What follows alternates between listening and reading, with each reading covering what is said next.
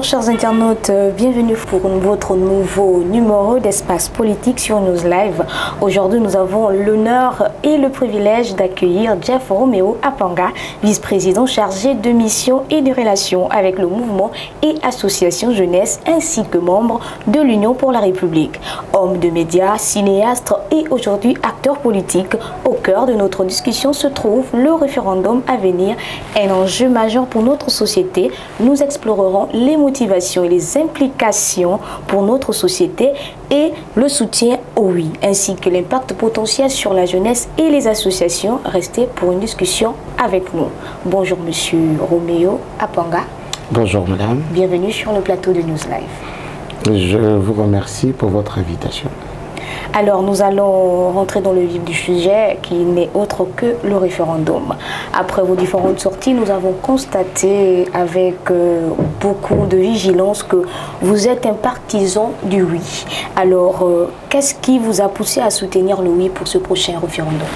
L'Union pour la République, effectivement, a un positionnement qui est très clair, que nous allons reprendre justement avec force et détail lors justement de la campagne référendaire à venir qui est maintenant très proche.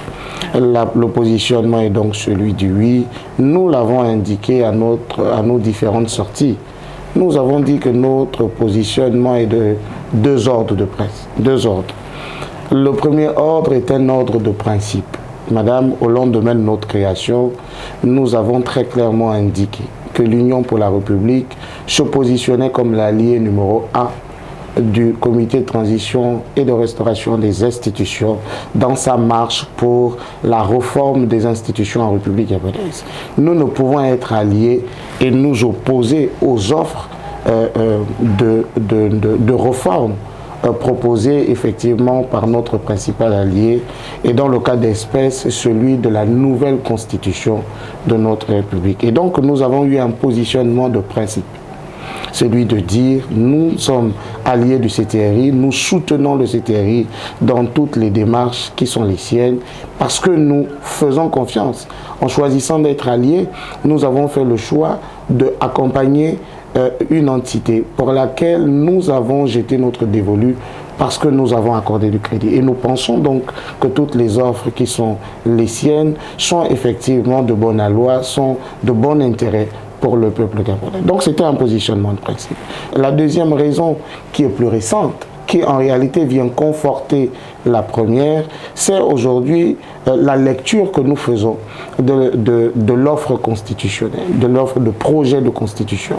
Nous nous rendons bien compte qu'un certain nombre d'actes sont consacrés au sein de notre Constitution pour l'intérêt du plus grand nombre. Et j'insiste, parce qu'ici la démarche est de pouvoir prendre en compte les attentes et les aspirations du plus grand nombre du peuple gabonais. Et lorsque nous voyons tout ce qui est consacré dans l'offre de projet constitutionnel, nous comprenons donc que nous avons bien fait et nous sommes confortés effectivement dans notre accompagnement du comité de transition en appelant le maximum des Gabonais à voter oui. D'accord, nous allons poursuivre avec la deuxième question qui est de savoir comment pensez-vous que ce référendum influencera les jeunes et leur mouvement lorsque la campagne sera lancée au 6 novembre 2024? Comment ça devrait influencer? Les jeunes ne sont pas... Les jeunes sont une catégorie de la population gabonaise.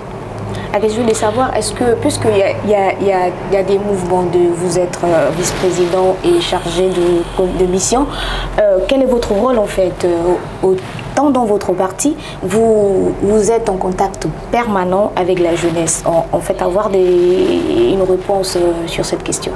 Écoutez, j'étais déjà en train de vous dire que les jeunes font partie intégrante de la population gabonaise. Et donc leurs aspirations, au même titre que celles des autres catégories de notre population, sont prises en compte. Je vous ai aussi dit que notre démarche à venir va être celle de faire œuvre de pédagogie. Nous entendons la jeunesse, nous entendons leurs cris, nous entendons leurs aspirations, nous entendons leurs besoins.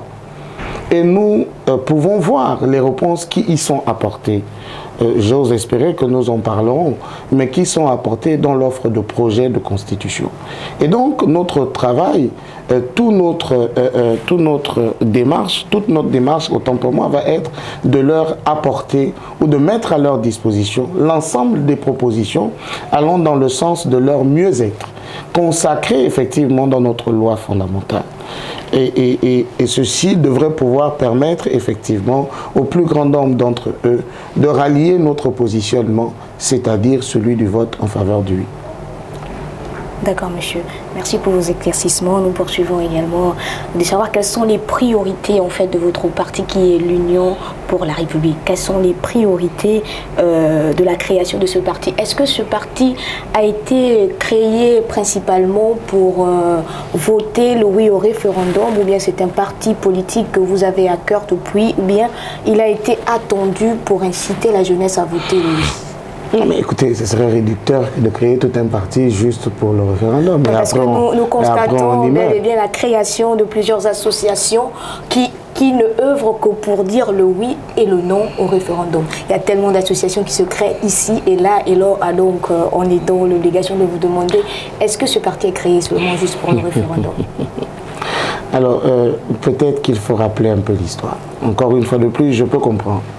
Je peux comprendre que la pléthore des entités associatives à caractère politique peuvent jeter comme un voile de brouillard, autant pour moi, sur l'ensemble de l'action et de la vision des partis politiques et des associations y compris. Mais je voudrais rappeler à votre souvenir, madame, que l'Union pour la République naît en 2021.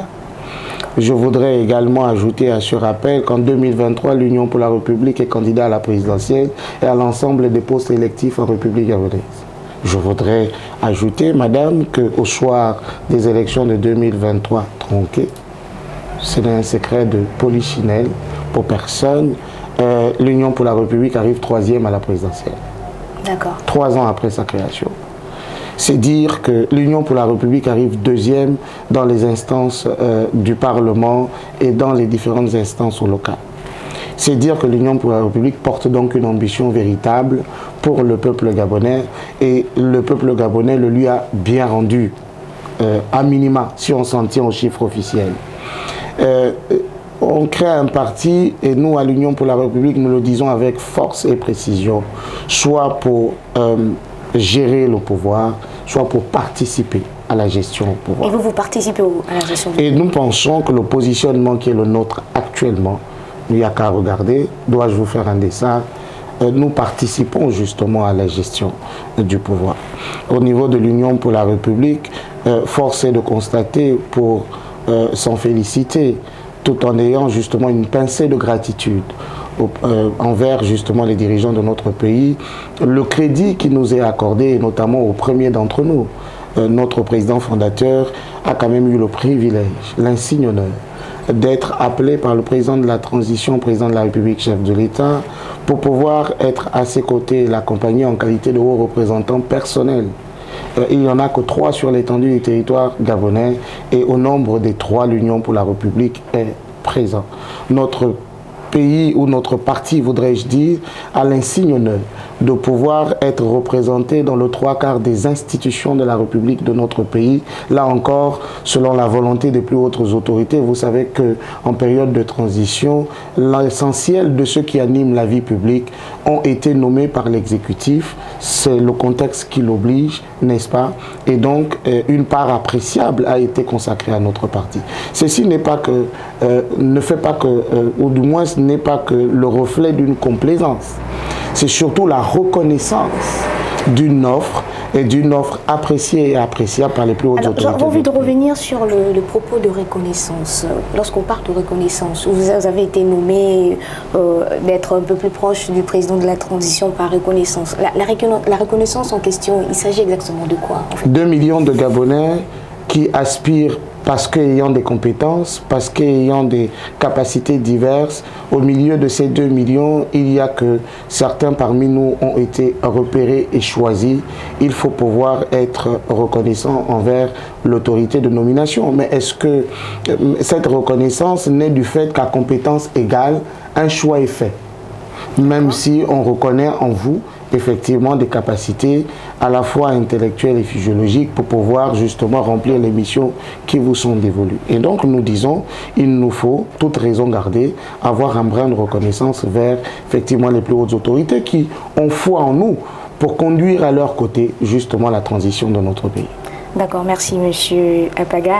Nous allons poursuivre avec la prochaine question qui est de savoir comment les associations de jeunes s'organisent-ils pour préparer le référendum à venir.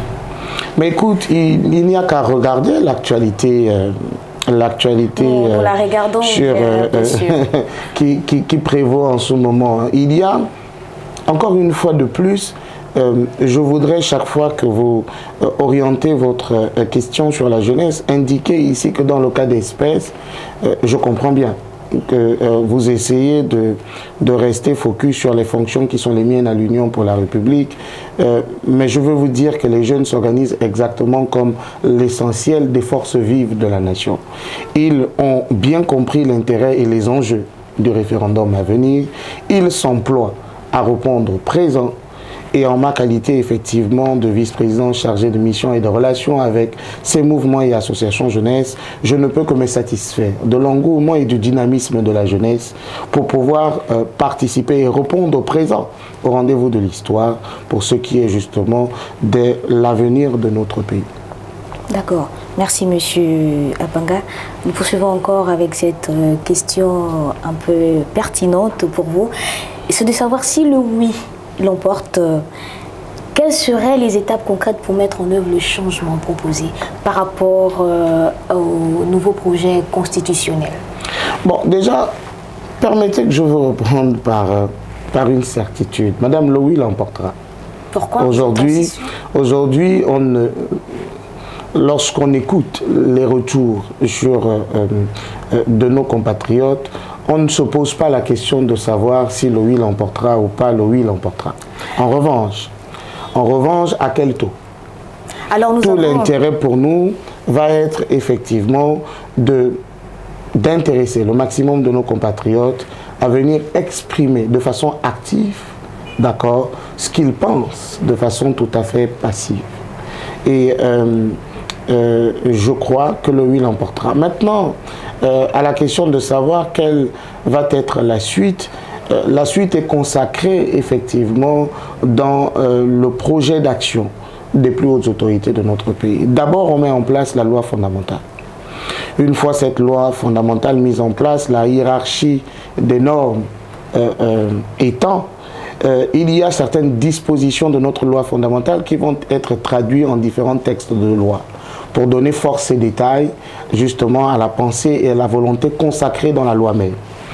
Et c'est à travers ces différents textes et lois et les actions qui vont en découler que de façon palpable, les Gabonais vont expérimenter le changement tant souhaité dans notre pays, dans les différents domaines de notre pays. Une fois cette loi fondamentale votée, une nouvelle configuration de l'exécutif va être mise en place, va voir le jour.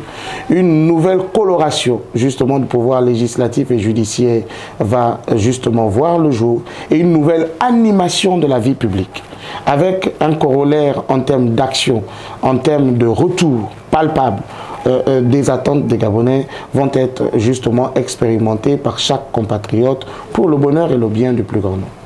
Alors nous avons pu remarquer lors de vos sorties que vous donnez les 10 raisons de voter le oui. Quelles sont ces raisons? Ben, il faut regarder, mais il faudra regarder mon projet. Quelles sont ces raisons pour informer le plus grand nombre? J'en aborderai lorsque, permettez que je donne la primeur à ce concept. Ce concept démarrera très précisément mercredi. Et justement, j'ai rendez-vous avec les Gabonaises et les Gabonais, dont vous, pour vous expliquer sur les 187, au risque de me tromper, dispositions de loi dans le projet de constitution, 10 raisons pour lesquelles nous devons et nous allons voter oui. D'accord. Merci, monsieur. Et comment répondre aux critiques opposant le oui? Parce qu'aujourd'hui, nous avons ici et là des spéculations. Disons que le projet constitutionnel de 2024, le projet n'est que la révision du projet qui a été émis en 1991. Comment répondrez-vous à cette question? ces préoccupations? La première réponse qu'il faut donner à ceux qui s'opposent, c'est que c'est leur droit. Ils ont le droit de s'opposer. Mais ils ont le devoir de l'expliquer et de convaincre. N'est-ce pas? Nous, ce que nous disons, simplement, c'est que c'est la théorie du verre soit à moitié vide, soit à moitié plein. Il revient à chacun et à chaque Gabonais de regarder ce verre au matin du 16 août, lorsqu'il ira voter. Il y a 187 dispositions dans notre projet de constitution. Doit-on dire que ce projet de constitution, sur ces 187 dispositions, ne consacre pas des avancées significatives pour le peuple gabonais? Quand on sait, madame, que le droit à la qualité de l'information est consacré dans le texte constitutionnel, je n'ai pas dit le droit à l'éducation, qui était déjà dans le projet ou dans la constitution de 91. Je parle du droit à la qualité de l'information. Et lorsque je parle, j'y arrive, du droit à la qualité de l'information, j'ai encore en mémoire, pour souligner le caractère significatif, les jeunes compatriotes du lycée Nelson Mandela, au journal télévisé d'hier soir ou d'avant-hier, se plaignant de ne pas avoir de professeurs de mathématiques. On parle de qualité de l'information, madame. Et des élèves sans professeurs de mathématiques, c'est une société sans médecins. C'est une société sans ingénieurs. Et j'en passe. J'ai encore en mémoire, madame, un certain nombre de nos jeunes compatriotes qui se plaignent de ne pas avoir plusieurs matières, de ne pas encore avoir vu plusieurs matières dans nos écoles. J'ai encore en mémoire, madame, nos universités qui sont moribonds et qui, justement, chaque jour, consacrent une évasion, n'est-ce pas, de nos étudiants vers l'extérieur du pays. Et on connaît le corollaire, on en souffre encore aujourd'hui du décès de plusieurs de nos compatriotes. Je dis élever, ériger, n'est-ce pas, en loi fondamentale. Le droit à la qualité est une avancée significative pour tous ces jeunes qui ont 16 ans, 17 ans, 18 ans et j'en passe. Et qui regardent justement la télévision. Je dis au maître de dire ça aux Gabonais, c'est faire preuve de mauvaise foi. Quand on sait que dans ce projet de constitution, madame, il y a que la décentralisation est consacrée dans notre texte constitutionnel. Et que le président de la transition, président de la République, chef de l'État, pas très longtemps encore au journal télévisé, était dans le Goué maritime, dans une zone enclavée, pourtant grenier, n'est-ce pas, grenier de l'Ogoué maritime, mais incapable de faire parvenir justement ces denrées alimentaires vers la capitale et vers le reste du pays. Faute de développement, madame. D'où la création d'une voie qui va... Faute de développement, madame. Quand je vois que la décentralisation qui va amener le développement vers l'intérieur de notre pays est consacrée, madame, c'est une avancée significative. Ça fera taire tous ceux qui sont issus ou ressortissants de nos pays voisins, qui se permettent aujourd'hui de prendre la parole sur la place publique et de traiter les Gabonais de fainéants. Et de dire aux Gabonais qu'ils sont incapables de nourrir leur propre population. Juste parce qu'il n'y a pas les infrastructures routières pour permettre aux Gabonais d'apporter la démonstration de sa capacité à lui-même parvenir à l'autosuffisance alimentaire. Je dis il y a une avancée significative. Ces choses, il faut les dire aux Gabonais. Il faut dire aux Gabonais que ce texte ne peut pas être moins performant, ne peut pas être moins intéressant que celui de 91. Il consacre des avancées significatives pour le plus grand nombre. N'oublions pas, la démocratie est l'expression du plus grand nombre. Voilà pourquoi je n'ai aucun problème à penser qu'au contact de l'ensemble de ces informations, les Gabonais voteront oui.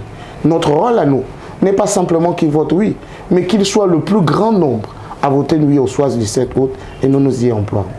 D'accord, mais nous allons poursuivre avec, je crois, une avant-dernière question. De savoir comment le parti prévoit de continuer à dialoguer après le référendum en cas d'échec. Oui. L'échec ne fait pas partie de nos équations. Autant que je vous le dise tout de suite. L'échec ne fait pas partie de nos équations. Mais puisqu'il en est quand même une question, au cas où les populations gabonaises votaient le non, ce qui est, ma foi, on ne peut plus improbable. Il y a simplement que ce serait une expression de la démocratie dans notre pays. Et nous allons continuer à travailler, n'est-ce pas, pour tenter de amener un mieux-être, pour tenter de justement continuer à contribuer à la vitalité et au dynamisme de notre démocratie dans notre pays. C'est le rôle des partis politiques qui sont les nôtres, et nous nous y dérogerons pas. D'accord. Quel est votre rêve pour l'avenir des relations entre le gouvernement et la jeunesse et le mouvement de la jeunesse? J'ai d'abord un rêve pour mon pays. Okay. C'est celui de Gabon d'abord. Il est consacré dans mon slogan. À l'UPR, nous disons UPR, Gabon d'abord. J'ai le rêve d'un pays où les Gabonais se sentent bien chez eux. J'ai le rêve d'un pays où les Gabonais se réapproprient leur pays. Pas qu'une partie de leur pays. Les Gabonais n'ont pas à se réapproprier que de la politique de leur pays. Les Gabonais ont à se réapproprier leur pays dans sa dimension politique, dans sa dimension économique, dans sa dimension sociale, dans son développement. J'ai un rêve où il fait bon vivre désormais au Gabon. J'ai un rêve où le pays est remis en chantier comme c'est le cas. J'ai un rêve où les enfants se plaindront de moins en moins dans leurs écoles et leurs universités. J'ai un rêve où nous avons de plus en plus de nos cadres, de nos compatriotes, des forces vives de la nation qui participent au débat public.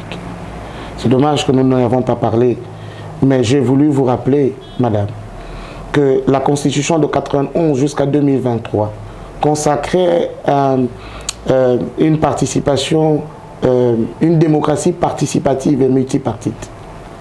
Et que celle de 2024 consacre une démocratie participative, pluraliste et multipartite.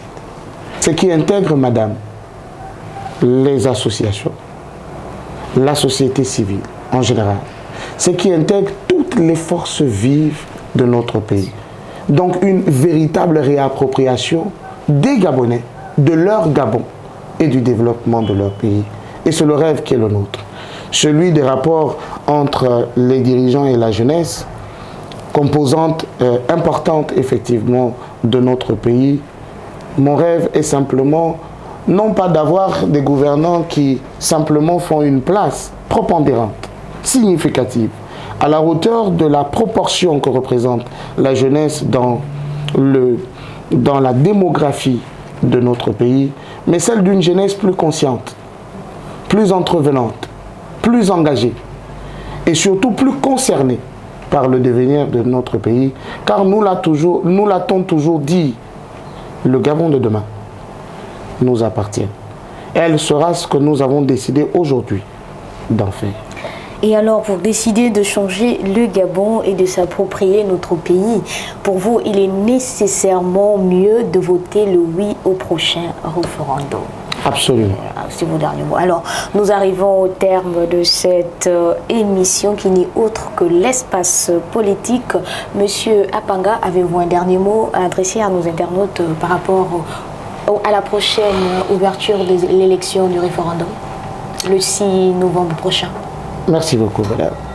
Républicaine, républicain, très chers compatriotes. Au soir du, j'allais dire au matin du 16 novembre à venir, nous avons rendez-vous avec l'histoire et avec notre pays.